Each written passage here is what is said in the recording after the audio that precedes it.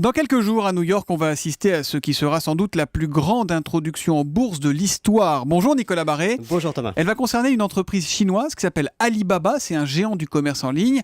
Est-ce vraiment, et c'est vraiment tout un symbole, hein? Oui, pour moi, c'est même, je vais vous dire, peut-être l'événement économique le plus important de la rentrée, tout simplement parce que Alibaba, si vous voulez, concentre les deux grandes forces qui sont en train de transformer le monde en ce moment, à savoir le numérique et la Chine. La Chine, évidemment, qui deviendra avant 2020 la première puissance économique mondiale. Voilà. Acquis, ouais. Elle déplace le centre de gravité du monde. Et puis le numérique, parce que ça change tout, ça transforme tous les métiers. Et au fond, avec Alibaba, c'est cette double révolution du 21e siècle qui entre en bourse. Mais c'est quoi exactement Alibaba? Alors Alibaba, c'est d'abord l'histoire d'un homme assez extraordinaire qui s'appelle Jack Ma.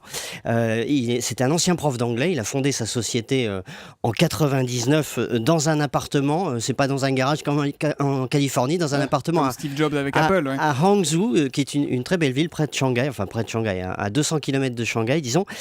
Il est devenu en 15 ans l'homme le plus riche de Chine parce qu'il a transformé le commerce avec sa société. Alibaba, c'est un peu un mélange entre eBay et Amazon. eBay parce que ça met en relation des acheteurs et des vendeurs, et puis Amazon parce qu'ils font aussi des tas d'autres choses. Ils font des réseaux sociaux, etc. Alors, comment ça fonctionne? Qu'est-ce que je peux faire moi si je me connecte sur Alibaba? Vous pouvez vendre tout un tas de produits, vous pouvez mettre en relation des acheteurs et des vendeurs, vous pouvez trouver un prix pour ce que vous voulez. Et je vais vous donner un exemple. Jack Ma donne souvent cet exemple, on me l'a donné la semaine dernière. Alibaba, c'est le meilleur allié des vendeurs de cerises, des producteurs de cerises de l'État de Washington. Pourquoi ouais. Parce que tout simplement, ces gens-là, dans l'État de Washington, arrivent à vendre leur production à travers toute la Chine, y compris ils passent par Alibaba dans et des du villes coup, ils moyennes. arrivent à livrer dans des villes où ils ne seraient pas sinon. Exactement. Alibaba, c'est un peu l'outil numérique qui va connecter le local au marché mondial.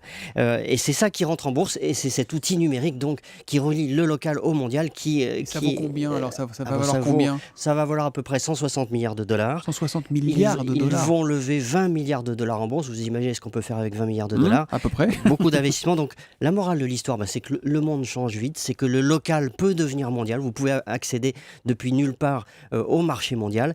Et puis c'est aussi que dans cette course-là, les Chinois ne sont pas les derniers. Il y a aussi quelques très bons Français dans le numérique, mais enfin les Chinois sont là comme partout. Reste à savoir qui seront les 40 voleurs maintenant qu'on a Alibaba. Et comme dirait Franck Ferrand, ça c'est une autre histoire. L'édito éco de Nicolas Barré, directeur de la rédaction des Échos, c'est tous les matins à 8h10 sur Europe 1. Merci Nicolas, à demain.